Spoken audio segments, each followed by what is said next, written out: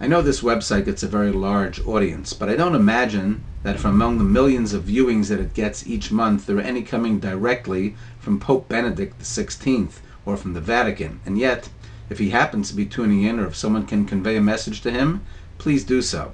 It's a personal message from me. Pope Benedict, I address you today directly, perhaps with some irreverence, being that any previous respect that I might have had has been severely diluted, or shall I better say, been destroyed. Surely you know why. In the last few days you announced that you have reinstated 4 bishops from the arch-conservative breakaway wing of the Roman Catholic Church, the Lefebvre movement, and among them is Bishop Richard Williamson, a known Holocaust denier and anti-Semite. He recently said on Swedish TV that there were no gas chambers. He said, and had the gall to say, that 6 million Jews did not die in the Holocaust. Perhaps, he said, it was between 200,000 to 300,000 at most. Of course, this is not the first time that Bishop Williamson has said things that are considered to be irreverent and ridiculous. He also says that 9/11 never really happened. It would happen as a result of some conspirators that crashed into the Twin Towers, and that a missile launched by our own government hit the Pentagon. What are people supposed to think when he says that the protocols of the Elders of Zion is actually an authentic book? And yet, you embrace him and you say he is now part of the Roman Catholic Church. How shameful. What kind of message does this give? What does it say to Holocaust deniers all over the world?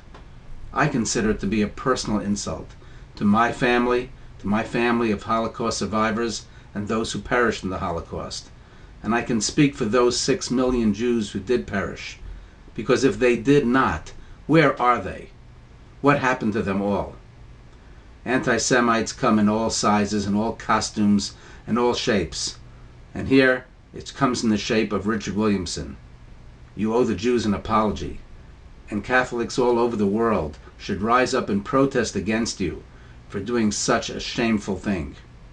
Bishop Williamson said about the Jewish claims about the Holocaust that they were done specifically in order to exact reparations from the German government. He said they were lies, lies, lies. What Williamson says are lies, but they're much more than that. They give a very horrifying message and support to anti-Semites and Holocaust deniers throughout the world. And it is your responsibility, Pope Benedict, it is your responsibility to make sure that that message never gets carried out. I call upon you today to revoke that reinstatement. I hear that you've been recently invited to come and visit the State of Israel. If I would be in charge, if I be the Prime Minister, I would revoke that invitation. Instead, I would invite you to visit the concentration camps, as I did.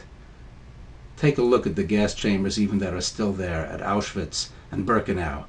See the scratchings and nail scratchings on the walls. See the bones, see the pictures, read the reports.